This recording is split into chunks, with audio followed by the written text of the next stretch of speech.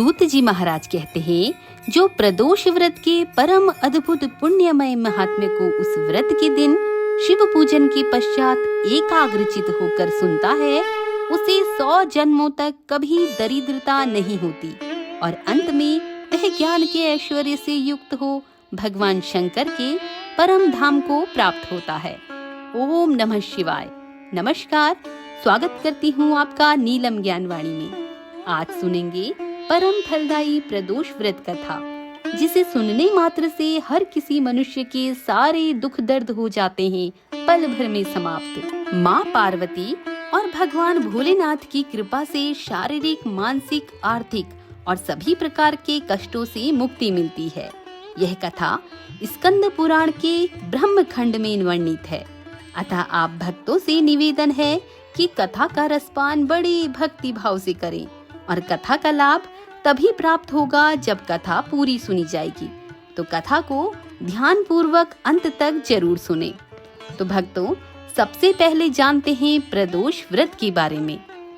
सूत जी कहते हैं, त्रयोदशी तिथि में सायंकाल को प्रदोष कहा गया है।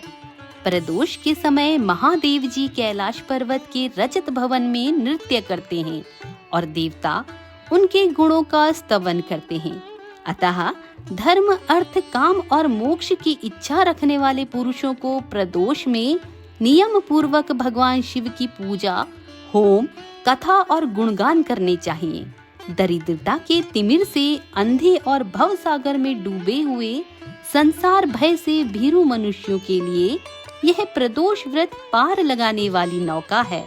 भगवान शिव की पूजा करने से मनुष्य दरिद्रता, मृत्यु के भय और पर्वत के समान भारी ऋण भार को शीघ्र ही दूर करके संपत्तियों से पूजित होता है।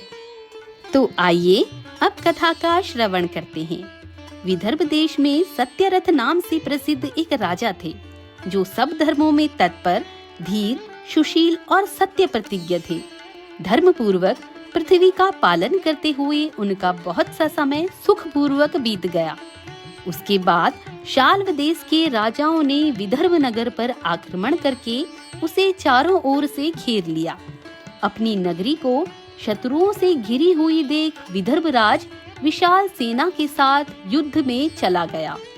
शाल्व देशीय क्षत्रियों के साथ राजा का अत्यंत भयंकर युद्ध हुआ। शाल्व की बहुत बड़ी सेना मारी गई, परंतु अंत में विदर्भ राज भी उनके हाथ से मारे गए। मंत्रियों सहित उस महारथी वीर राजा के मारे जाने पर मरने से बचे हुए सैनिक भाग खड़े हुए। उस समय विदर्भ राज सत्यरथ की पतिव्रता स्त्री अत्यंत शोकग्रस्त हो रात के समय राजभवन से निकलकर पश्चिम दिशा की ओर चली गई। वह गर्भवती थी। सवेरा होने पर धीरे धीरे मार्ग से जाती हुई उस साध्वी रानी ने बहुत दूर का रास्ता तय कर लिया। फिर रानी ने एक स्वच्छ तालाब देखा और वह उसके किनारे शोभा पाने वाले एक छायादार वृक्ष के नीचे बैठ गई। भाग्यवश उसी निर्जन स्थान में वृक्ष के नीचे पतिव्रता रानी ने उत्तम गुणों से युक्त शुभ मुहूर्त में एक पुत्र को जन्म दिया। तत्पश्चात अत्यंत प्यास से व्याकुल हो वह सुंदर अंगों वाली रानी जलाशय में उतरी। इतने में ही एक बड़े भारी ग्राह ने आकर उसे अपना ग्रास बना दिया। वह बालक पैदा होते ही माता पिता से हीन हो गया और भूख प्यास से पीड़ित हो उस सरोवर के किनारे जोर जोर से रोने लगा। वह नवजात शिशु जब इस प्रकार रो रहा था, उसी समय भाग्यवश वहाँ एक श्रेष्ठ ब्राह्मणी आ पहुंची। वह भी अपने 1 वर्ष के बालक को गोद में लिए हुए थी। ब्राह्मणी निर्धन और विधवा थी। घर घर भीख मांगकर जीवन निर्वाह करती थी। उसका नाम उमा था। उसी सती साध्वी ब्राह्मणी ने उस राजकुमार को देखा। उसे अनाथ की भांति क्रूदन करते देखकर उसने मन ही मन विचार किया, ओहो, यह तो बड़े आश्चर्य की बात दिखाई देती है कि यह नवजात शिशु, जिसकी अभी तक नाल भी नहीं कटी है, पड़ा हुआ है। इसकी माता कहाँ चली गई? न इसका पिता है, न कोई बंधु बांधव है। यह दीन अनाथ बालक बिना बिस्तर के भूमि पर सो रहा है। यह चंडाल का पुत्र है या शूद्र का, वैश्य का बालक है या ब्राह्मण का, अथवा यह क्षत्रिय का शिशु है, इसका निश्चय कैसे किया जाए।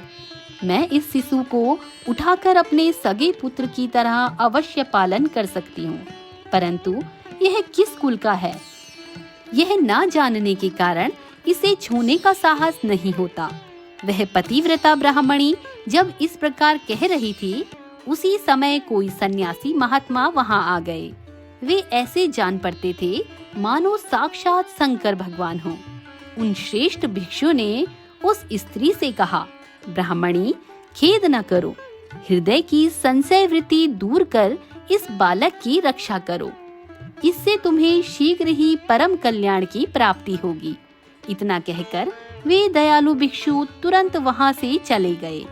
उनके जाने के बाद ब्राह्मणी ने विश्वास पूर्वक उस बालक को लेकर अपने घर की ओर प्रस्थान किया। उस राजकुमार का ब्राह्मणी ने अपने बेटे के समान ही पालन पोषण किया। एक चक्रा नामक नगर में उस ब्राह्मणी का घर था। वह भिक्षा के अन्न से ही अपने पुत्र और राजकुमार को भी पालने लगी। ब्राह्मणों ने ब्राह्मणी के तथा राजा के भी पुत्र का संस्कार किया। वे दोनों सर्वत्र सम्मानित होकर दिन दिन बढ़ने लगे। समय आने पर उनका उपनयन संस्कार हुआ। अब वे दोनों बालक एक साथ रहकर नियमों का पालन करने लगे। दोनों माता के साथ प्रतिदिन भिक्षा के लिए जाते थे। एक दिन वह ब्राह्मणी उन दोनों बालकों के साथ भीख मांगती हुई दैव योग से देव मंदिर में आ गई। वहाँ बड़े बूढ़े ऋषि मुनि रहा करते थे। उन दोनों बालकों को देखकर परम बुद्धिमान शांडिल्य नामक मुनि ने कहा, ओहो, देव का बल बड़ा विचित्र है। कर्मों का उल्लंघन करना किसी भी जीव के लिए अत्यंत कठिन है। देखो ना, यह बालक दूसरी माता की शरण लेकर भिक्षा से जीवन निर्वाह करता है। इस ब्राह्मणी को ही श्रेष्ठ माता के रूप में पाकर ब्राह्मण बालक के साथ ब्राह्मण भाव को प्राप्त हो गया है। शांडिल्य मुनि का यह वचन सुनकर ब्राह्मणी को बड़ा आश्चर्य हुआ। उसने भरी सभा में मुनि को प्रणाम करते हुए पूछा, ब्राह्मण, एक सन्यासी के कहने से मैं इस बालक को अपने घर ले आई हूँ। यद्यपि अभी तक इसके कुल का पता नहीं लगा, तथापि मैं पुत्र की भांति इसका पालन पोषण करती हूँ। आप ज्ञान के नेत्रों से देखते हैं, अतः आपसे यह जानना चाहती हूँ कि यह बालक किस कुल में उत्पन्न हुआ है और इसके माता पिता कौन हैं? मुनि बोले, यह विदर्भ देश के राजा का पुत्र है। इतना कहकर मुनि ने उस बालक के पिता के युद्ध में मारे जाने और उसकी माता के ग्रह द्वारा ग्रस्त होने का सब समाचार पूर्ण रूप से बतलाया। यह सुनकर ब्राह्मणी को और भी आश्चर्य हुआ। अतः उसने फिर प्रश्न किया, महामुने, वे राजा संपूर्ण भोगों को छोड़कर युद्ध में क्यों मरे और इस बालक को दरिद्रता कैसे प्राप्त हुई? अब दरिद्रता को पूर्णता नष्ट करके यह पुनः राज्य कैसे प्राप्त करेगा? मेरा यह पुत्र भी भिक्षा से ही जीवन निर्वाह करता है, अतः इसकी दरिद्रता के निवारण का भी क्या उपाय है, यह बताने की कृपा करें। शांडिल्य मुनि ने कहा, इस राजकुमार के पिता विदर्भराज पूर्व जन्म में पांड्य देश के श्रेष्ठ राजा थे। वे सब धर्मों के ज्ञाता थे और संपूर्ण पृथ्वी का धर्म पूर्वक पालन करते थे। एक दिन प्रदोष काल में राजा भगवान शंकर का पूजन कर रहे थे और बड़ी भक्ति से त्रिलोकीनाथ महादेव जी की आराधना में संलग्न थे। उसी समय नगर में सब ओर बड़ा भारी कोहराम मच गया। उस उत्कट शब्दों को सुनकर राजा ने बीच में ही भगवान शंकर की पूजा छोड़ दी और नगर में शोभ फैलाने की आशंका से राजभवन से बाहर निकल गए। इसी समय राजा का महाबली मंत्री शत्रु को पकड़कर उनके समीप ले आया। वह शत्रु पांड्य राज का ही सामंत था। उसे देखकर राजा ने क्रोध पूर्वक उसका मस्तक कटवा दिया। शिव पूजा छोड़कर नियमों को समाप्त किए बिना ही राजा ने रात में भोजन भी कर लिया। इसी प्रकार राजा भी प्रदोष काल में शिव जी की पूजा किए बिना ही भोजन करके सो गया। वही राजा दूसरे जन्म में विदर्भ राज हुआ। शिव जी की पूजा में विघ्न होने के कारण शत्रुओं ने उसको सुख भोगने के बीच में ही मार डाला। पूर्व जन्म में जो उसका पुत्र था वही इस जन्म में भी हुआ। शिव जी की पूजा का उल्लंघन करने के कारण यह दरिद्रता को प्राप्त हुआ। इसकी माता ने पूर्व जन्म में छल से अपनी सौत को मार डाला था। उस महान पाप के कारण ही वह इस जन्म में ग्रह के द्वारा मारी गई। मैं सत्य कहता हूँ, परलोक में हित की बात कहता हूँ। शास्त्रों का सार, उपनिषदों का हृदय कहता हूँ। इस भयंकर संसार को प्राप्त हुए जीव के लिए ईश्वर के चरणारविंदों की सेवा ही सार वस्तु है। जो प्रदोष काल में सच्चे मन से परमेश्वर के चरणारविंदों की पूजा करते हैं, वे इसी संसार में सदा बढ़ने वाले धन धान्य, स्त्री पुत्र, सौभाग्य और संपत्ति के द्वारा सबसे बढ़कर होते हैं। ब्राह्मणी, यह तुम्हारा पुत्र पूर्व जन्म में उत्तम ब्राह्मण था।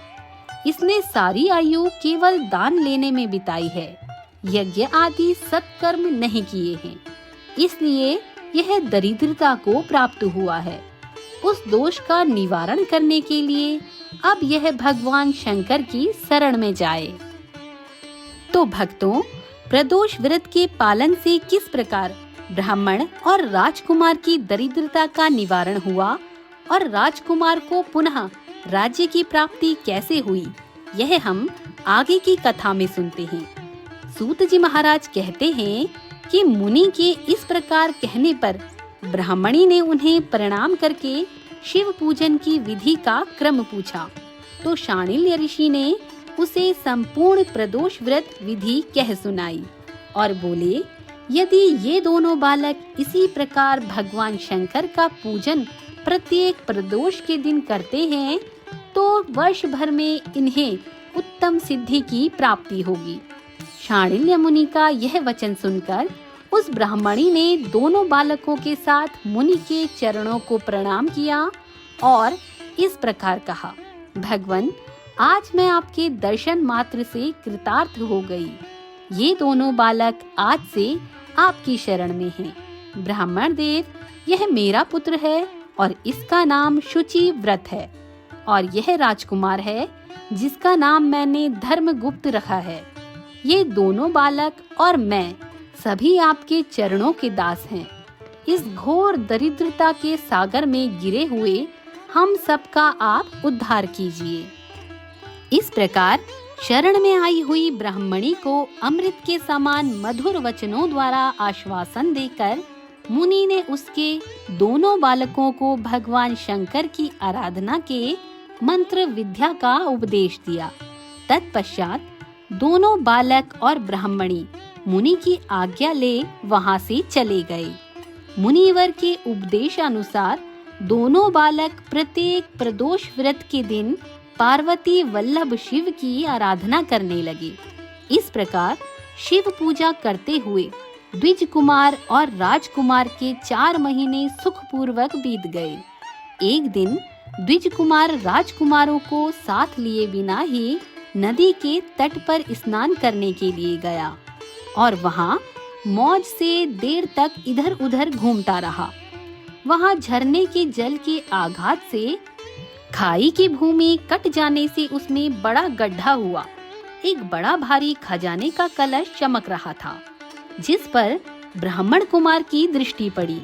उसे देखकर वह सहसा हर्ष और कौतूहल में भरकर उसके समीप गया और उसे देवता के प्रसाद से प्राप्त हुआ मानकर सिर पर लेकर घर को चल दिया तथा घर के भीतर उस घड़े को रखकर माता से कहा, माँ, यह भगवान शंकर का प्रसाद तो देखो।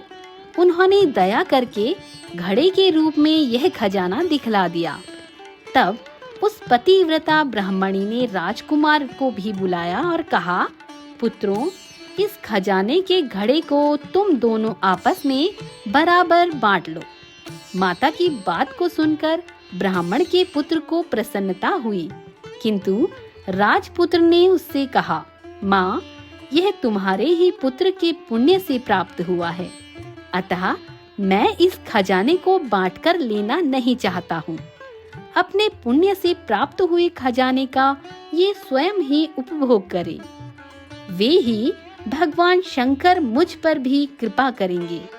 इस प्रकार प्रसन्नता पूर्वक भगवान शंकर की पूजा करते हुए उन दोनों कुमारों का उसी घर में 1 वर्ष व्यतीत हो गया। एक दिन राजकुमार उस ब्राह्मण कुमार के साथ वसंत ऋतु में वन में भ्रमण करने के लिए गया। कुछ दूर जाने पर उन्होंने सैकड़ों गंधर्व कन्याओं को परस्पर क्रीड़ा करते हुए देखा।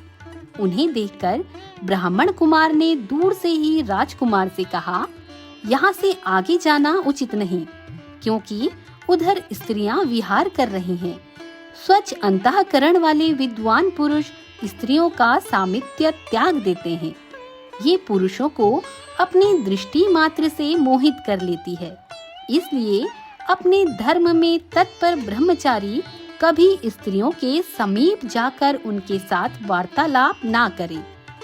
ऐसा कहकर ब्राह्मण कुमार लौट पड़ा और दूर जाकर खड़ा हो गया, किंतु राजकुमार अकेला ही निर्भय होकर स्त्रियों की उस क्रीड़ा स्थली की ओर चला गया। उन गंधर्व कन्याओं में से एक ने राजकुमार को आते देखा और मन ही मन कुछ विचार किया और सखियों से कहा, सहेलियों, यहाँ से थोड़ी ही दूर पर उत्तम वन है। वहाँ विचित्र चंपा, अशोक, पुन्नाग और वकुल आदि के वृक्ष खिले हुए हैं। वहाँ जाकर तुम सब लोग फूल तोड़ो। तब तक मैं यहीं बैठी हूँ। तुम फूलों का संग्रह करके पुनः यहाँ आ जाना। उसके इस प्रकार आदेश देने पर सखियाँ वन के भीतर चली गई और वह गंधर्व कन्या राजकुमार पर दृष्टि लगाए वहीं खड़ी रही। उसे देखकर राजकुमार कामदेव के बाणों से पीड़ित हो गया।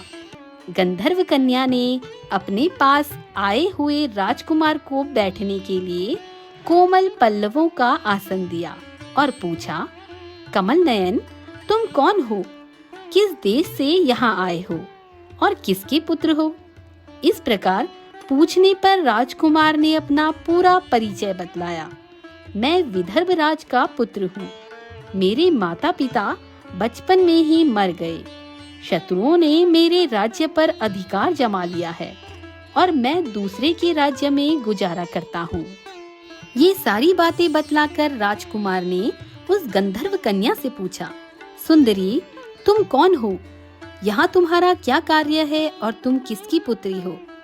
उनके इस प्रकार पूछने पर कन्या ने कहा, राजकुमार, एक द्रविक नामक गंधर्व है जो समस्त गंधर्व कुल के अगुआ माने जाते हैं। मैं उन्हीं की पुत्री हूँ और मेरा नाम अंशुमति है। सब सखियों को छोड़कर मैं यहाँ अकेली हूँ। मैं तुम्हारी अभिलाषा जानती हूँ। तुम्हारा मन मुझ में आसक्त हो गया है। इसी प्रकार देव ने मेरे मन में भी तुम्हारे लिए उत्कंठा भर दी है। अब हम दोनों का स्नेह कभी खत्म नहीं होना चाहिए। ऐसा कहकर गंधर्व कन्या ने शीघ्र ही अपने गले से मोती का हार निकालकर प्रेम पूर्वक राजकुमार को भेंट किया। उस अद्भुत हार को देखकर राजकुमार ने पूछा, भीरू, मैं एक बात कहता हूँ। मैं राज्यहीन हूँ और निर्धन हूँ। तुम मेरी प्रिया कैसे होना चाहती हो? मूर्ख स्त्री की भांति पिता की आज्ञा का उल्लंघन करके अपनी इच्छा के अनुसार आचरण क्यों करती हो? यह सुनकर गंधर्व कन्या ने कहा, प्रियतम, आपका कहना ठीक है। मैं पिता की आज्ञा के विरुद्ध नहीं करूंगी। आप इस समय घर को पधारे और परसों प्रातः काल पुनः यहीं दर्शन दें। आपसे कुछ हमारा कार्य है। इतना कहकर वह गंधर्व कन्या अपनी सखियों के आ जाने से उनके साथ चली गई। राजकुमार भी हर्षपूर्वक ब्राह्मण कुमार के साथ लौट गया। उसने द्विज पुत्र से सब बातें बतलाई और उसके साथ घर को प्रस्थान किया। वहां प्रतिज्ञा व्रत ब्राह्मणी को भी यह शुभ समाचार सुनकर राजकुमार ने प्रसन्न किया तथा पूर्व निश्चित समय आने पर वह पुनः द्विज पुत्र के साथ वन में गया। नियत समय पर पहुंचकर राजकुमार ने देखा गंधर्वराज और उनकी कन्या दोनों उपस्थित हैं। गंधर्वराज ने वहां आए हुए दोनों कुमारों का अभिनंदन किया और सुंदर आसन पर बैठाकर राजपुत्र से कहा, विदर्भ राजकुमार, मैं कल कैलाश पर्वत पर गया था। वहां मैंने पार्वती जी के साथ महादेव जी के दर्शन किए। देवेश्वर भगवान शिव करुणा रूपी अमृत के सागर हैं। उन्होंने मुझे बुलाकर सब देवताओं के समीप इस प्रकार कहा, पृथ्वी तल पर धर्मगुप्त नाम से प्रसिद्ध एक राजकुमार है। उसका राज्य छीन गया है। शत्रुओं ने उसके देश को अपने अधिकार में कर लिया है। अब वह बालक अपने गुरु की आज्ञा से सदा मेरी आराधना में संलग्न रहता है। उसी के प्रभाव से आज उसके समस्त पितर मेरे स्वरूपों को प्राप्त हो गए हैं। गंधर्व श्रेष्ठ, तुम भी उस राजकुमार की सहायता करो। अब वह शत्रुओं को मारकर अपने राज सिंहासन पर आसीन हो जाएगा। महादेव जी के इस प्रकार आज्ञा देने पर मैं अपने घर को आया। यहाँ इस मेरी कन्या ने भी तुम्हारे लिए बहुत प्रार्थना की। यह सब पदम दयालु भगवान शिव की प्रेरणा से ही हो रहा है। ऐसा समझकर मैं इस कन्या को साथ लेकर आया हूँ। अतः अपनी पुत्री अंशुमति को मैं तुम्हें पत्नी रूप में देता हूँ और भगवान शिव की आज्ञा से शत्रुओं को मारकर तुम्हें तुम्हारे राज्य पर बैठाऊंगा। अपने उस नगर में तुम अपनी इस धर्म पत्नी के साथ 10,000 वर्षों तक मनोवांछित सुख भोग कर अंत में भगवान शिव के लोक में जाओगे और वहां भी मेरी यह कन्या तुम्हारी ही सेवा में प्रस्तुत रहेगी। इस प्रकार कहकर गंधर्वराज ने उसी वन में राजकुमार के साथ अपनी पुत्री का विवाह कर दिया और दहेज में परम उज्जवल रत्नभार भेंट किए। चंद्रमा के समान चमकीली चूड़ामणि तथा चमकते हुए मोतियों के मनोहर हार दिए। दिव्य आभूषण, वस्त्र, सुवर्ण के बने हुए बहुत से सामान, 10,000 हाथी, 1,00,000 नीले घोड़े और हजारों सोनों के बड़े बड़े रथ प्रदान किए। अंत में एक दिव्य रथ, इंद्र के धनुष के समान विशाल धनुष, सहस्त्रों अष्ट शस्त्र, अक्षय बाणों से भरे हुए 2 तरकस, अमेघ सुवर्णमय कवच तथा शत्रुओं का संहार करने वाली शक्ति समर्पित की। अपनी पुत्री की सेवा के लिए गंधर्व राज ने प्रसन्नचित्त होकर 5,000 दासियां दी। इतना ही नहीं, राजकुमार की सहायता के लिए उन्होंने अत्यंत उग्र गंधर्वों की चतुरंगिणी सेना भी भेंट की। इस प्रकार परम उत्तम संपत्तियों को पाकर राजकुमार अपनी मनोवांछित पत्नी के साथ बहुत प्रसन्न हुए। पुत्री का विवाह कराकर गंधर्वराज स्वर्गलोक में चले गए। धर्मगुप्त विवाह के अंतर गंधर्वों की सेना के साथ अपने नगर को गए और वहां उन्होंने शत्रु सेना का संहार करके राजधानी में प्रवेश किया। तत्पश्चात श्रेष्ठ ब्राह्मणों और मंत्रियों ने मिलकर राजकुमार का अभिषेक किया और वे रत्नमय सिंहासन आरूढ़ होकर अकंठ राज्य का उपभोग करने लगे। जिस ब्राह्मण पत्नी ने उनका अपने पुत्र की भांति पालन किया था, वही उसकी माता हुई। यह द्विज कुमार ही भाई हुआ तथा गंधर्व राजपुत्री अंशुमति महारानी के पद पर प्रतिष्ठित हुई। भगवान शंकर की आराधना करके धर्मगुप्त विदर्भ देश के राजा हो गए। इसी प्रकार दूसरे लोग भी प्रदोष व्रत के दिन गिरिजापति की आराधना करके मनोवांछित कामनाओं को प्राप्त कर लेते हैं और देहावास होने पर परम गति को प्राप्त होते हैं। तो बोलिए शंकर भगवान की जय। भक्तों, ये थी प्रदोष व्रत कथा। भगवान भोलेनाथ की कृपा आप भक्तों पर सदैव बनी रहे और आपके जीवन के समस्त दुख, तकलीफ और कष्टों को भोलेनाथ महादेव दूर करे। इसी कामना से आज के वीडियो को समाप्त करती हूँ। आपसे निवेदन है कि वीडियो को लाइक शेयर जरूर कर लें और ऐसी ही धार्मिक कथाओं को सुनने के लिए नीलम ज्ञानवाणी चैनल को सब्सक्राइब अवश्य कर लें। और हाँ, कमेंट बॉक्स में ओम नमः शिवाय लिखना ना भूलिएगा। तो मिलते हैं अपनी नई वीडियो में, तब तक के लिए नमस्कार।